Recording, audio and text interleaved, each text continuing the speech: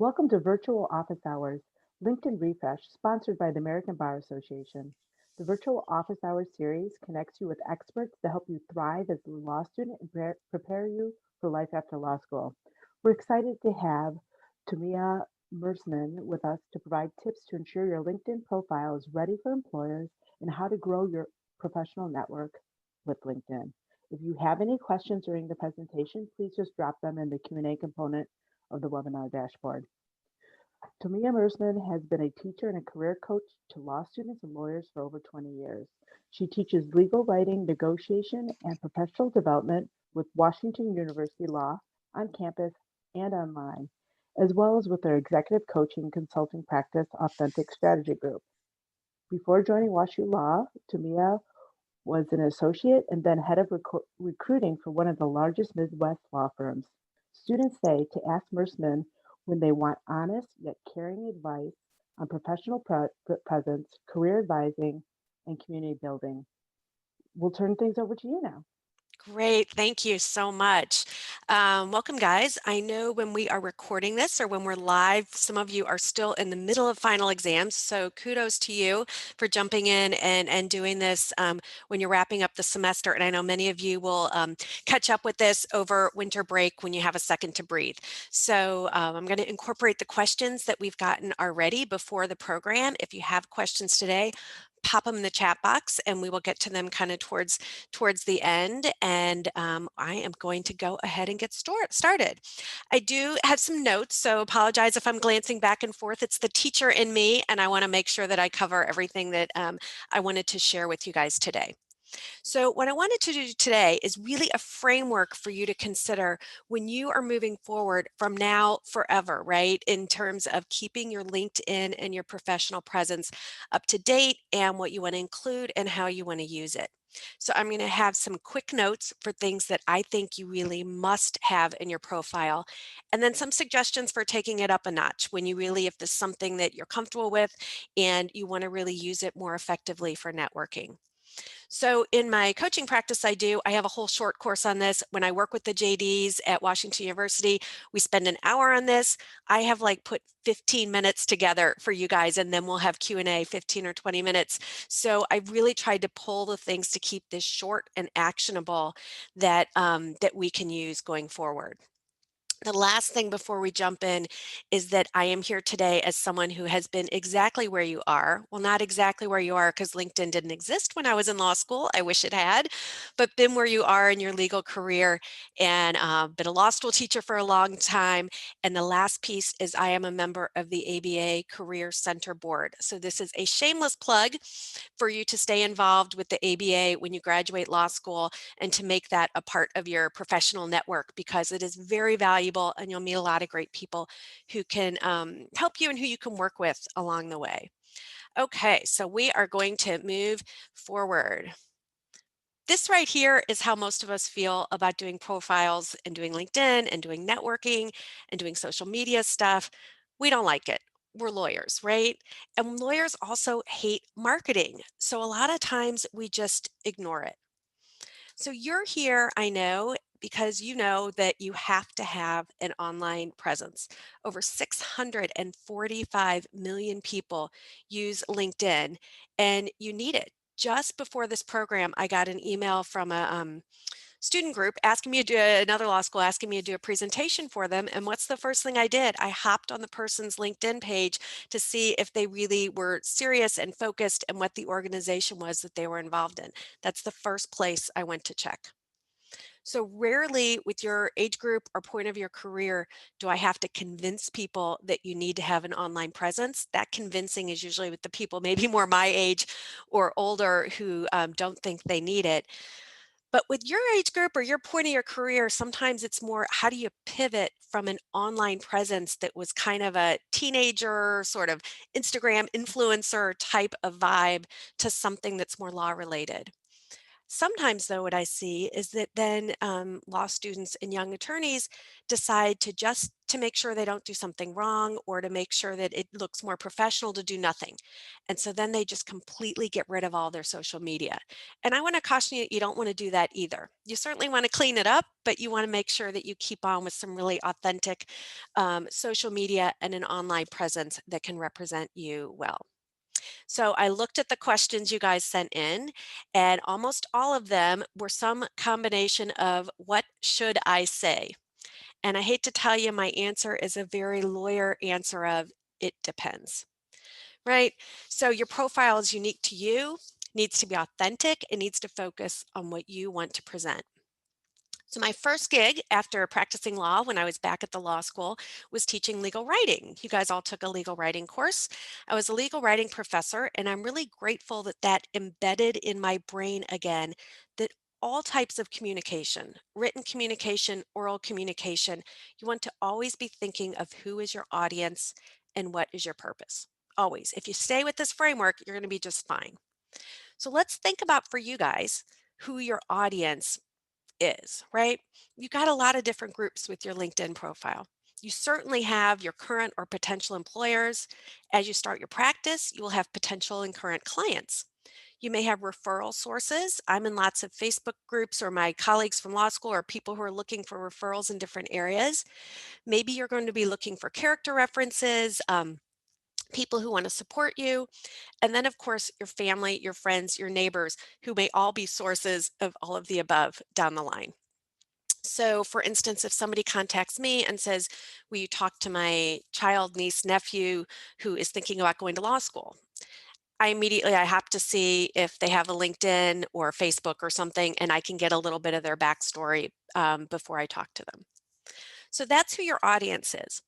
What is your purpose?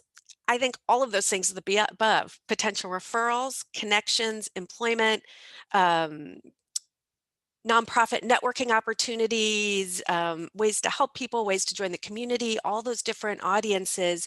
But I want you to think about what are the key points that you want to share. So I'm going to switch back to my little teacher mode again and think about when I was teaching and when I was a student. And remember the first time you were taught how to do an oral argument.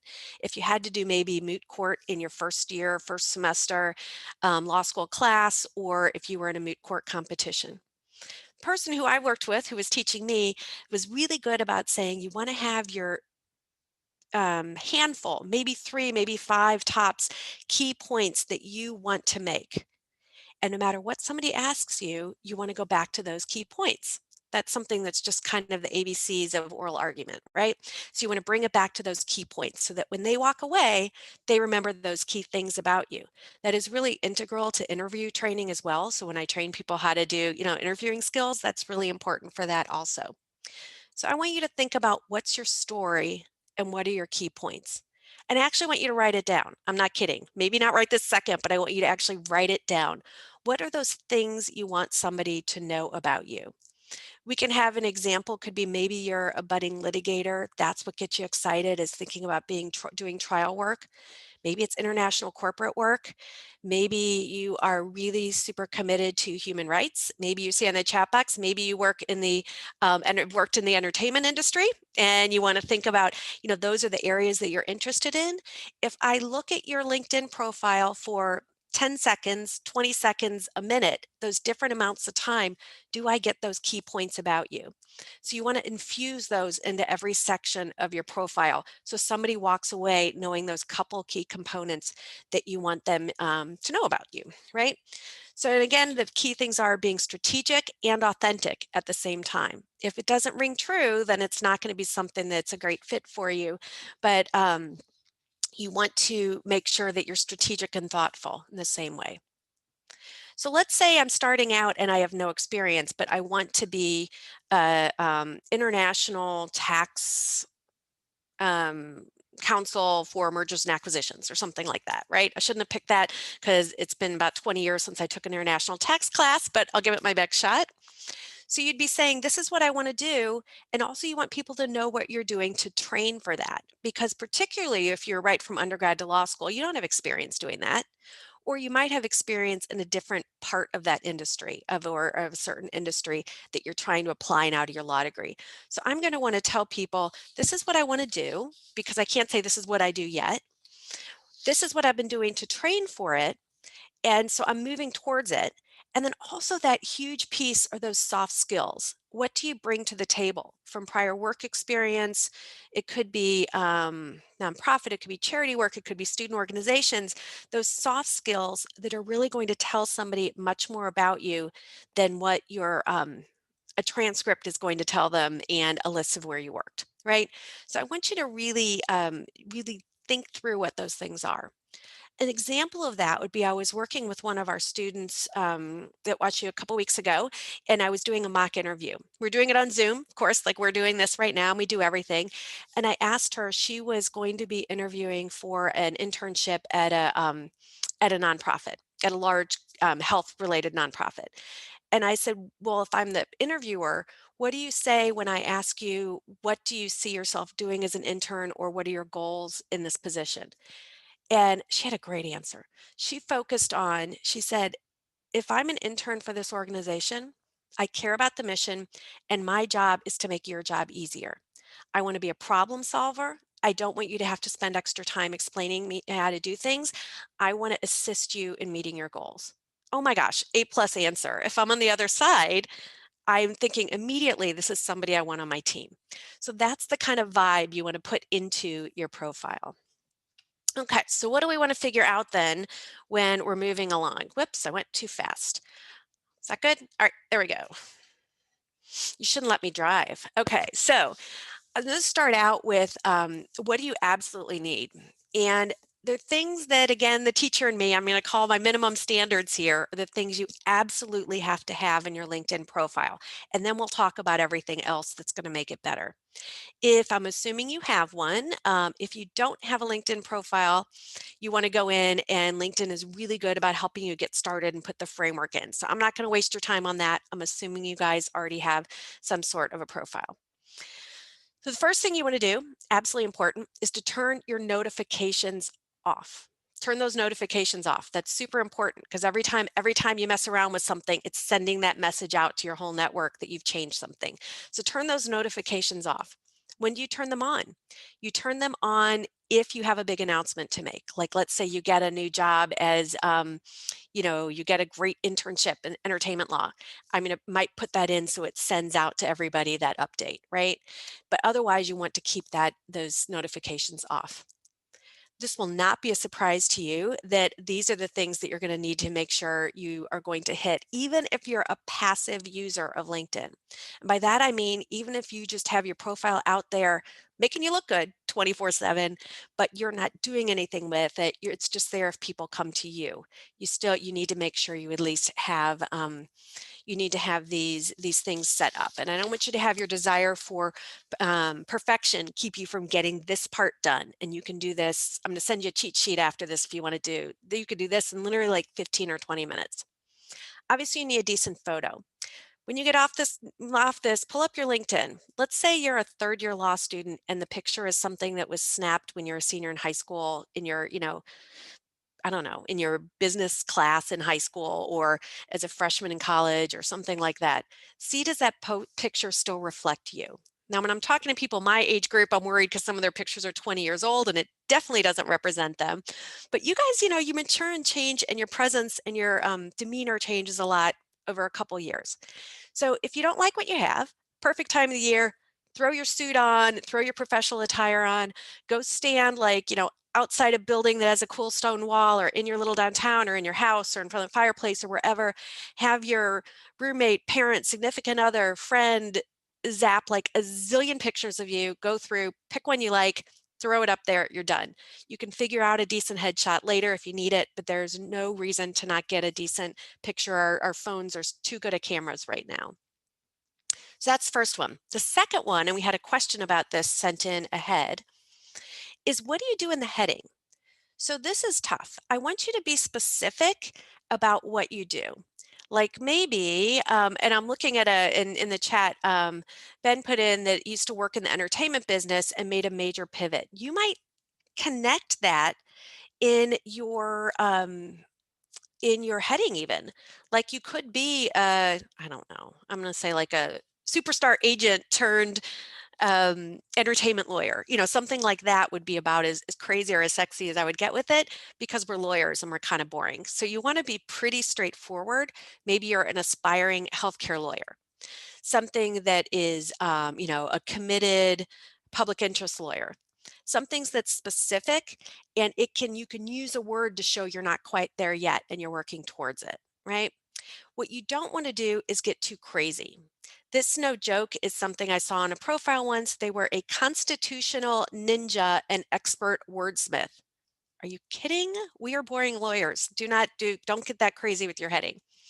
So something that's specific, so when somebody sees it in a glance, they see what you want to be, but you don't just want to put law student, particularly if you're a third year and particularly if you had some prior work experience. You want to show them and intrigue them that there's more to your background than just that. Third one on here is link to companies and firms. This will take you 2 seconds, but it's important, particularly if you've had a LinkedIn profile for a while, because these links evolve or change and the company's names change, things like that.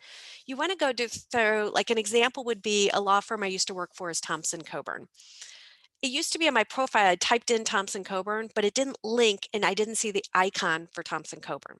So you want to go back and you want to look at the places you worked and your schools and all of those things to make sure you edit those if you need to where it links to the page for the entity. And that's by just typing it in. And you can always check by the icon for that organization if there is one. If it's a small firm or a small business, they might not have one.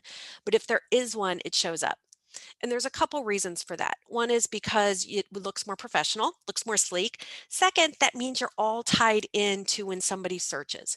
So if I worked for Amazon, wouldn't that be cool if I'd worked for Amazon and I had that on there and then I'm sending an informational message or a link or I'm trying to network with somebody at Amazon, they're going to be able to see that I'm connected to 20 people from Amazon and I worked there too, right?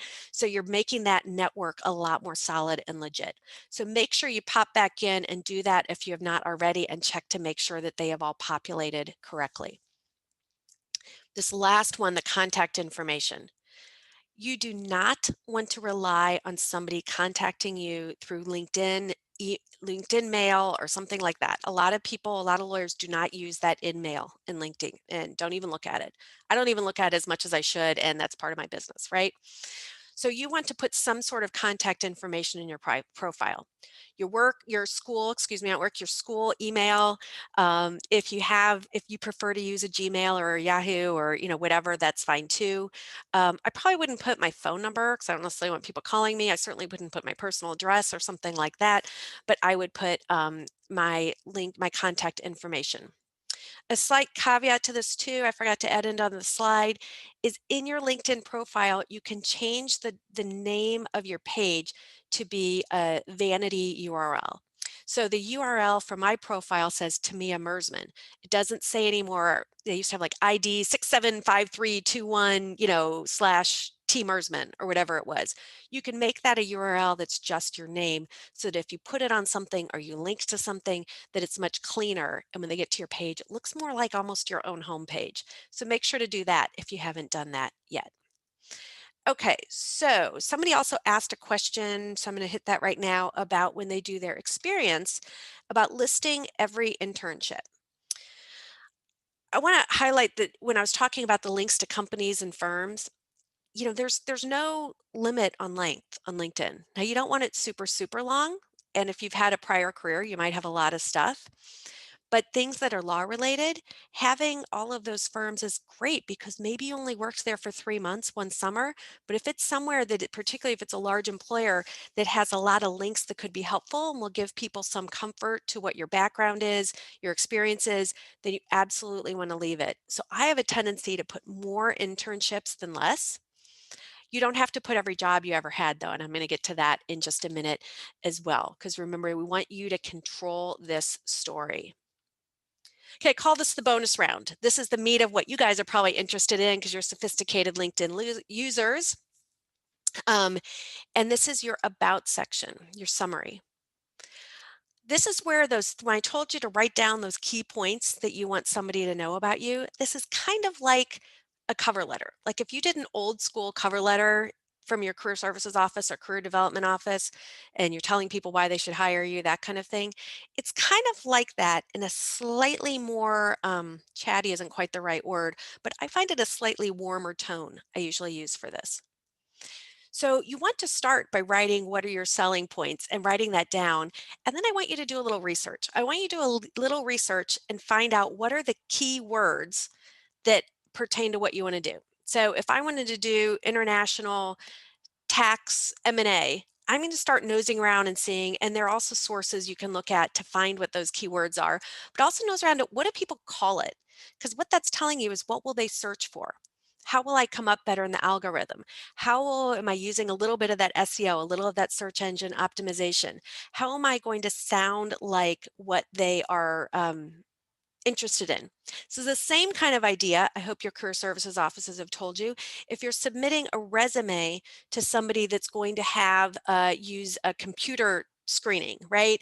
They're going to look for those keywords that are in the job descriptions. So if all of the job postings for people 5 to 7 years out, let's say, in the field that you want to go to in use 5 words, I want to incorporate those 5 words. If it's something that I don't know anything about yet, maybe you're interested in researching whatever those things are. You're interested in gaining experience in whatever those things are. So you're finding a way to put that into your about section of your LinkedIn profile. So this is your pitch. This is where you can really show you're really getting a chance to tell your story. If you're pivoting from another, so perfectly primed, I've got somebody in the chat box here. If you are pivoting from one career to another, this is where you tell your story. I'm an experienced whatever it is in whatever field. And now I was a financial advisor in whatever field, and now I'm moving to compliance in the financial industry, highly regulated. I have the experience, blah, blah, blah, blah, blah. This is your chance to tell your story in a way that is compelling. Remember that is not your resume and it is not your character and fitness for the bar exam. And what I mean by that is you need to be truthful, but you do not need to be all inclusive. You do not need to list everything. You do not need to list everything you had ever done for, every year. When I'm reviewing applications for one of our programs, as you guys, I'm a lawyer, so I'm trained to look for factual anomalies or differences. So my eye scans to see holes in their resume to wonder what they did during that time. That's not a LinkedIn profile. On a LinkedIn profile, you get to say what you want to offer, and you don't feel that you need to put everything you've ever done, certainly on that profile if it's not what you are interested in. All right, I'm going to look at there were some other questions that were included. I'm going to back up from this for 1 second. So some people asked, I'm going to try and hit some of those questions that came in ahead of time. How often should I post is a question that was asked. That is a good answer.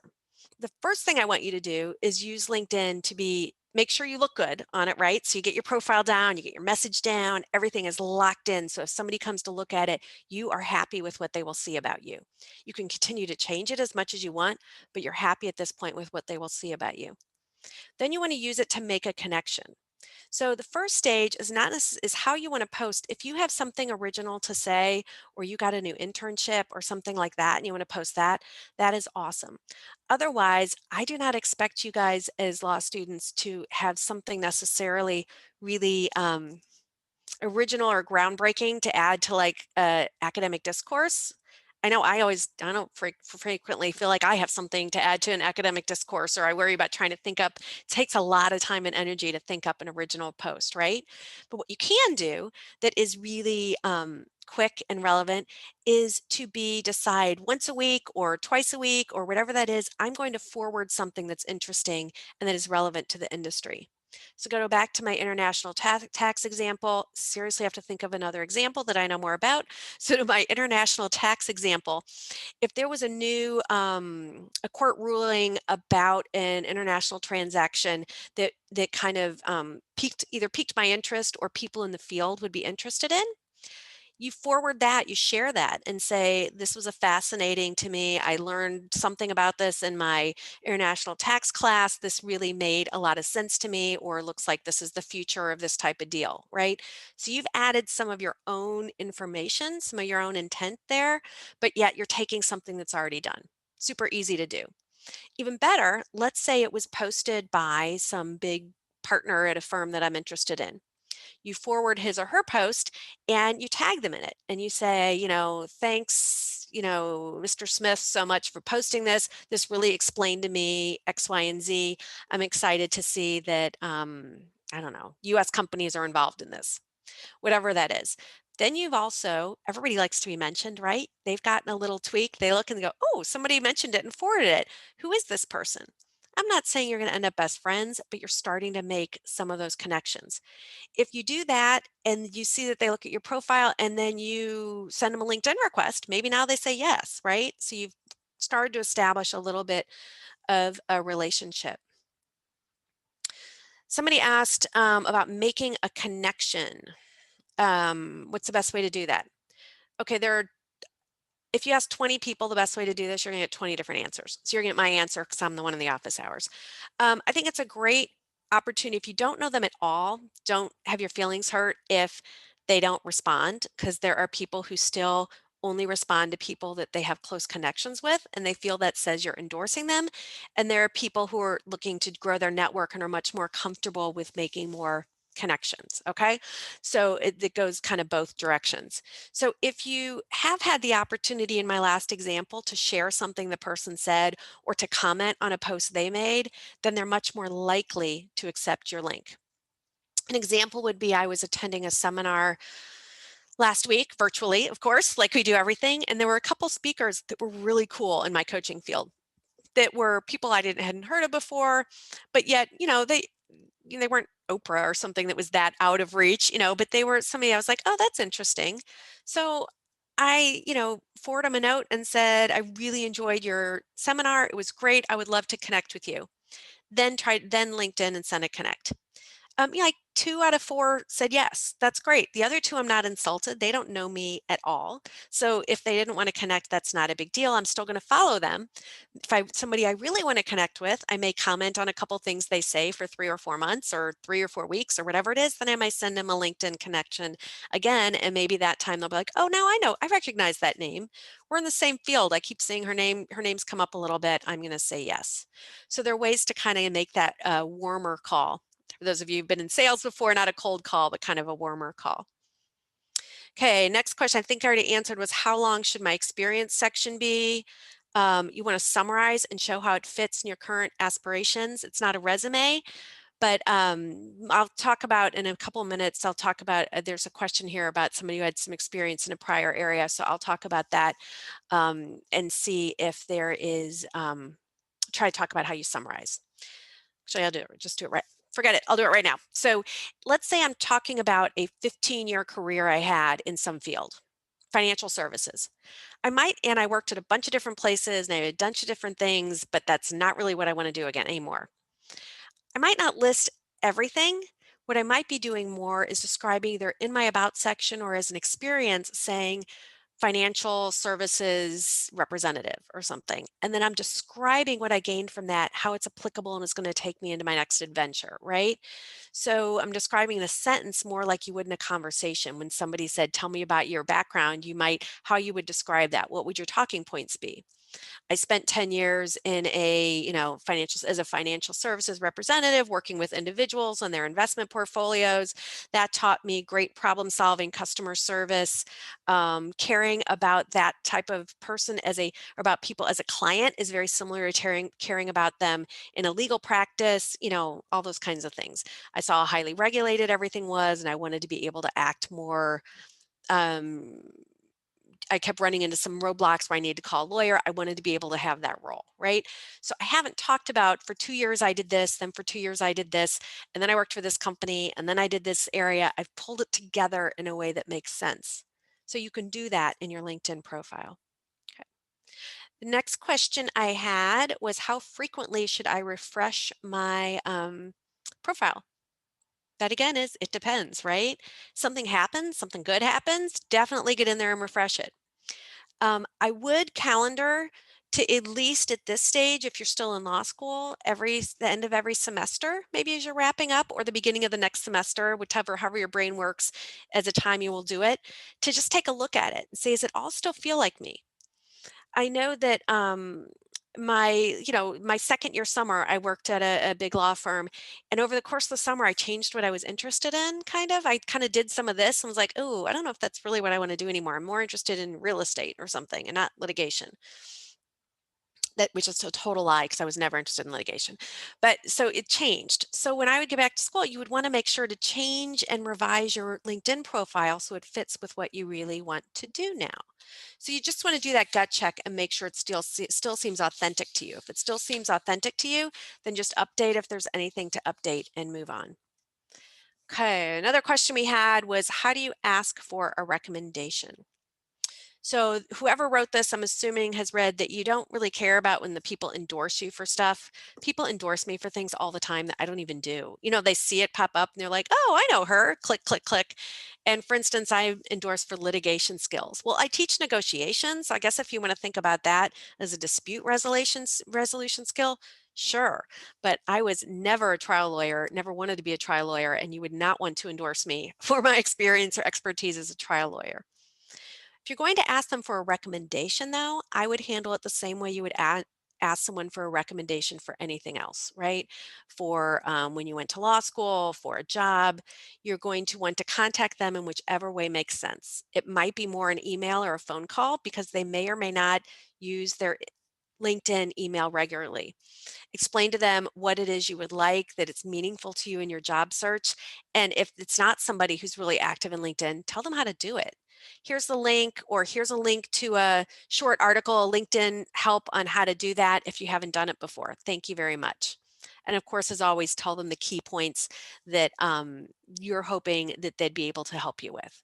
So it's, you know, my thoughts on recommendations too, though, is that I know that they say you should get them, and I guess if you could get a couple, that's great.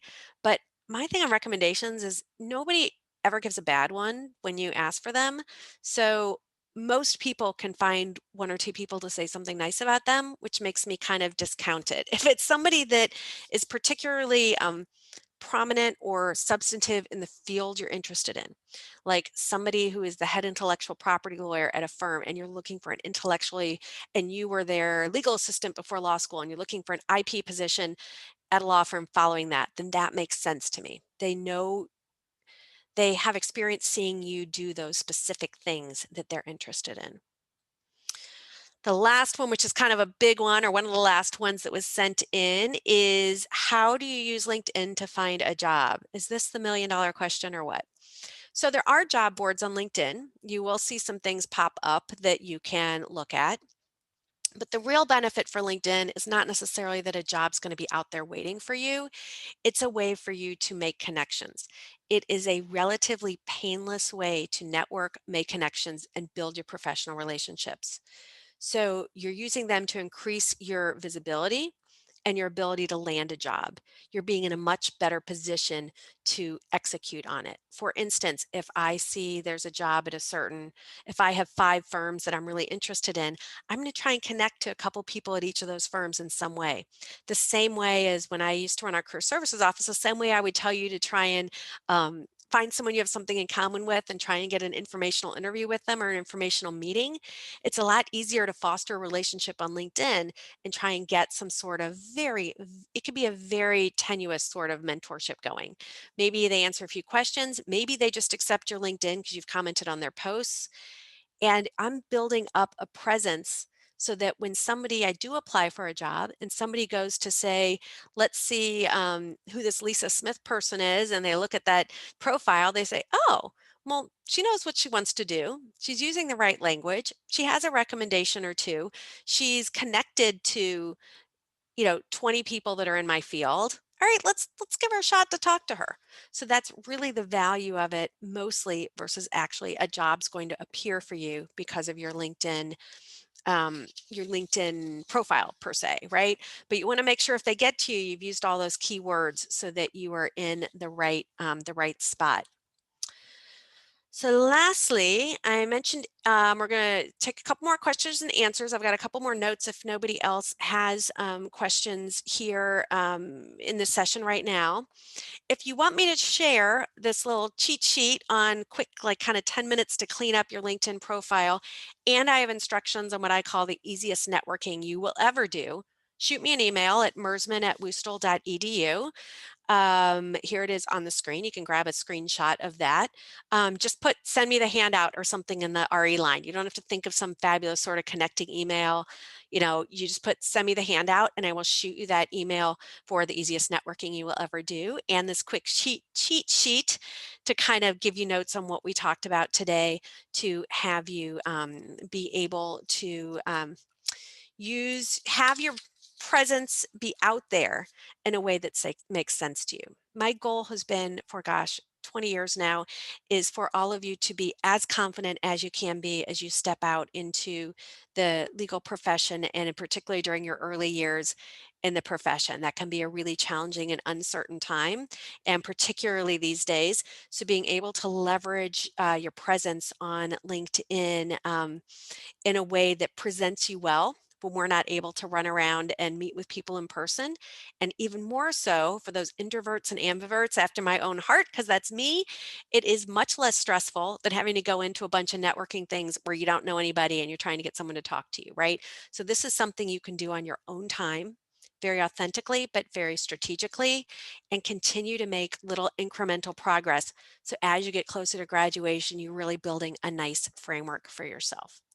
Okay, I talked longer than I meant to. I think I incorporated most of the questions that I had ahead of time.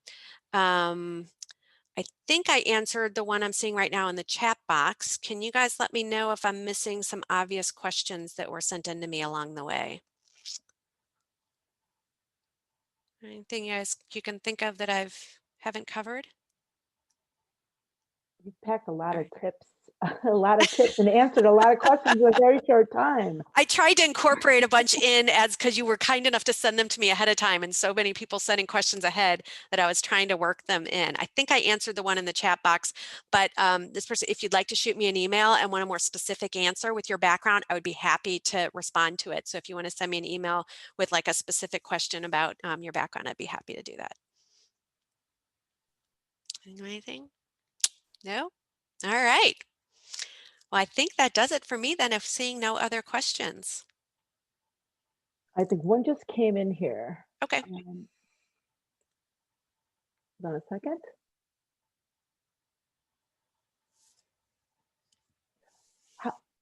How about having an attorney take a look or review your LinkedIn profile? Do you suggest that?